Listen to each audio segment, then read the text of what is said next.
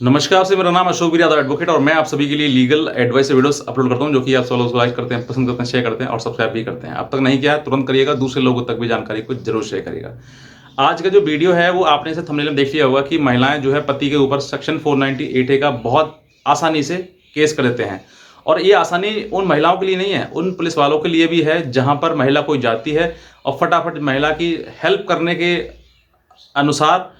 पत्नी के पक्ष में जो पत्नी वो कहती है वही एफआईआर थाने में दर्ज हो जाती है। अब पत्नियां ये समझती हैं कि अरे पुलिस तो बहुत अच्छी है, पुलिस हमारा सपोर्ट कर रही है, लेकिन आप इसके पीछे ये नहीं समझेंगे कि ये सपोर्ट नहीं है, ये घर परिवार बिगाड़ने का एक तरीका है और इस तरीके से आपका घर परिवार पूरा बिगड़ जाएगा। क्योंकि किसी के ऊपर एफआईआर दर्ज करवाना, किसी के ऊपर झूठा मुकदमा लगाना, उसके लिए ये समझ लीजिए कि उसको बहुत बड़ी दिक्कतों का सामना करना पड़ना होता है। और इसी वजह से आजकल जो घर परिवार जो है बहुत ज़्यादा टूट रहे हैं और टूटने का मुख्य कारण यही है कि कहीं ना कहीं केस बीच में आ जाते हैं। क्योंकि पति पत्नी का झगड़ा ऐसा होता है कि वो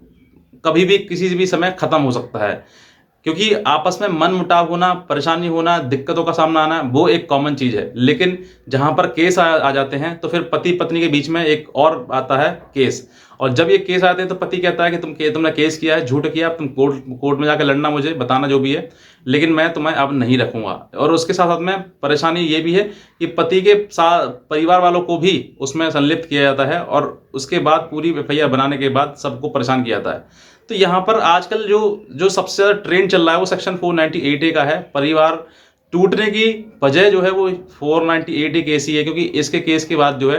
पति जो है पूरी तरह टूट जाता है और फिर सोचता है कि अब मुझे इस पति से पत्नी से कोई संबंध नहीं रखना है। बहरहाल आज मैं आपको ये बताऊंगा कि अगर पत्नी सेक्शन 498A का केस कर देती है तो कौन कौन से अपने जो अधिकार हैं ससुराल वाले वो छोड़ देती है, यानी कि खो देती है। ये एक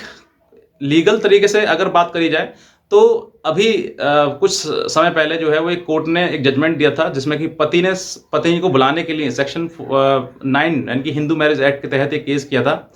और वो केस लगभग 3 साल चला और 3 साल उसने पूरा लड़ा। उसी दौरान उसने उससे पहले जो सेक्शन 9 किया था उससे पहले पत्नी ने सेक्शन 498 का केस किया था अपने पति के और पति के परिवार वालों पर। तो ये जब केस लड़ते रहे तो लास्ट जैसे एक मूवमेंट आता है, फाइनल मूवमेंट आता है सेक्शन 9 का, उस समय पत्नी से पूछा गया कि तुम इसके साथ में रहना चाहती हो। तो पत्नी ने मतलब कहा कि हाँ मैं रहना चाहती हूँ इसके साथ में। पति ने भी कहा रखना चाहते हो तो ठीक है उसने, लेकिन कोर्ट ने ये कहा कि हम दोनों यानी कि एक पति है तो वो क्या है, एक्यूज्ड है, सेक्शन 498। उसमें ये भी पूछा गया था कि तुमने कोई केस किया कि हाँ मैंने दहेज का केस किया सेक्शन 498 का। तो अगर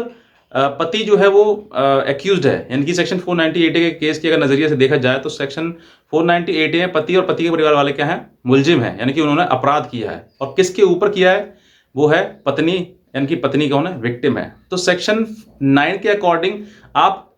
विक्टिम के साथ में एक्यूज्ड रहना चाहता है, यानी कि अगर कानूनी रूप से देखा जाए तो एक मुलजिम और एक जिसके साथ में अपराध हुआ है वो दोनों एक साथ रहना चाहते हैं। तो कोर्ट जो है चलते हुए मतलब केस के चलते हुए जो कोर्ट ने ये कहा कि हम जो है एक दूसरे को साथ रहने का आदेश पारित नहीं कर सकते, क्योंकि आप दोनों के बीच में जो है वो मुलजिम और विक्टिम का रिश्ता है, अब पति पत्नी का रिश्ता नहीं है। तो सबसे पहले तो पत्नी अगर जब तक केस चलाती है, हालांकि एक आपके पास ये भी रास्ता है कि पति पत्नी का कहीं पर भी किसी भी स्टेज पर आप कॉम्प्रोमाइज करने के आधार पर केस खत्म कर सकते हैं और एक दूसरे के साथ रह सकते हैं। लेकिन दौरान चलते हुए क्योंकि पत्नी भी ये भी जिद करती है कि मैं केस भी खत्म नहीं करूंगी और तुम्हारे साथ भी रह सकती हूँ। तो यहाँ पर जो है पत्नी और पति अगर आपस में अगर कोर्ट कचहरी वाली बात ना करें, कानूनी तरीके से बात नहीं करें तो साथ में रह सकते हैं। लेकिन कहीं ना कहीं कोर्ट अगर बात करोगे तो वो ये कहेगा कि भाई तुम दोनों पहले केस खत्म करो, अपने डिस्प्यूटेड जो भी है उनको खत्म करो, फिर एक साथ में रहो। और लीगल तरीका भी यही है। लेकिन पत्नियां जो वो शातिर हैं वो ये समझती हैं कि हम अपने केस भी खत्म नहीं करेंगे कल को, क्योंकि कल को ये अगर हमें फिर परेशान करता है तो हम केस करने कहाँ जाएंगे। इससे बेहतर है कि हम केस खत्म नहीं करेंगे, साथ में रहेंगे और एक दूसरे साथ में रहते अगर समय बीतेगा सही लगेगा तो हम रहेंगे, नहीं तो हम वापस आके मायके में फिर आकर तुम्हारे ऊपर केस ठोक देंगे। तो ये एक तरीका लगाते हैं महिलाएं जो है इस तरीके से। बहरहाल अब बात करते हैं कि कौन कौन से जो राइट है, यानी कि अब देखिए पति के अकॉर्डिंग देखा जाए तो बहुत रेयर चांसेस होते हैं जहां पर अगर केस दर्ज हो गया सेक्शन 498 का और उसके बाद जो है पति या पति का परिवार उस बहू को एक्सेप्ट करें, लेकिन फिर भी मजबूरी के चलते हुए या फिर किसी और तरीके से वो पति और पति का परिवार जो है वो चाहते हैं चलो ठीक है गलती हो गई उसको भी तो आप उसको एक मौका और दें और साथ में रहने की कोशिश करें। लेकिन यहाँ पर जो है पत्नी जो है वो कई प्रकार के अधिकार खो देती है ससुराल में, क्योंकि जैसे कि मान सम्मान वाली बात, जहाँ पर जो बिना मुकदमे के आपको मान सम्मान मिल रहा था, अब मुकदमा करने के बाद वो उतना मान सम्मान नहीं मिल पाएगा, क्योंकि कहीं ना कहीं उनके मन में भी ये ठेस रहेगी कि इसने महिला ने हमारे ऊपर झूठा केस किया था और हम बहुत ज़्यादा परेशान हुए थे। दूसरा, अब मर्जी है पति की कि भाई पति जो है उसको पत्नी को रखना चाहता है या फिर नहीं रखना चाहता है, उसका तो रहना चाहता है या नहीं चाहता है। तो अगर इस कंडीशन में आप वहाँ पर पहुँच गए, सेक्शन 498 केस कर दिया आपने या फिर और भी कोई केस कर दिए और वहाँ पर पहुँच गए, अब पति की मर्जी बिल्कुल नहीं है कि भाई मैं मर जाऊँगा, पूरा मतलब मुझे जो चाहे वो कर दो, क्योंकि ऐसे कई सामने केसेस आए हैं, पति ये कहता था मुझे फांसी दे दो लेकिन मैं इसके साथ में नहीं रहूँगा। तो ऐसी अगर सिचुएशन आ गई है और पति ने ये कह दिया कि मैं इसके साथ नहीं रहूँगा, तो आपका ये भी अधिकार गया कि अब जीवन भर आप उस पति के साथ नहीं रह सकते हैं और ना ही वो आपको स्वीकार करेगा। तो पूरा मायके में ही आपको पूरा जीवन व्यतीत करना होगा और बाकी लाइफ लड़ने में ही आपको बितानी पड़ेगी। ये भी एक आपका अधिकार है जो आप खो देंगे, जो कि ससुराल में। अब ऐसे कई रिश्ते भी हैं, किसी के आप चाची हैं, किसी के भाभी लगेंगे, किसी की मामी लगेंगी, किसी के कुछ, ये सारे रिश्ते जो आपको भविष्य में किसी दूसरे घर जाने से मिलते हैं, यानी कि ससुराल में जाने से मिलते हैं, उन सभी रिश्तों को आप खो देंगे।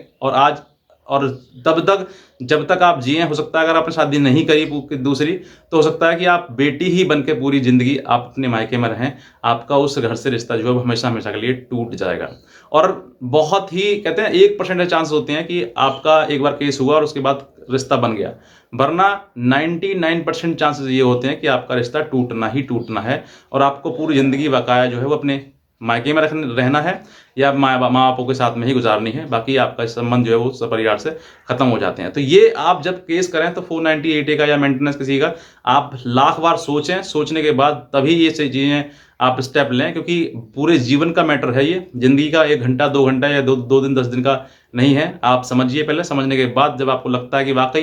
कि मेरी परिस्थिति ऐसी है कि अब मैं वहाँ पर नहीं जा सकती हूँ और ना ही मुझे जाना है, तो आप सेक्शन 498 या मेंटेनेंस डीबी का केस करें। और अगर आपको लगता है कि 1% चांसेस हैं, हो सकता है कल को बुला लें मुझे, तो आप केस ना करें। आप सामाजिक रूप से या अपने स्तर से ही फैसला करने की कोशिश करें। बहरहाल, अगर आपको ये वीडियो अच्छा लगा है तो शेयर जरूर करें दूसरे लोगों तक में, और सब्सक्राइब करें ना करें आपकी मर्जी। बस आज का वीडियो में आपसे बहुत धन्यवाद।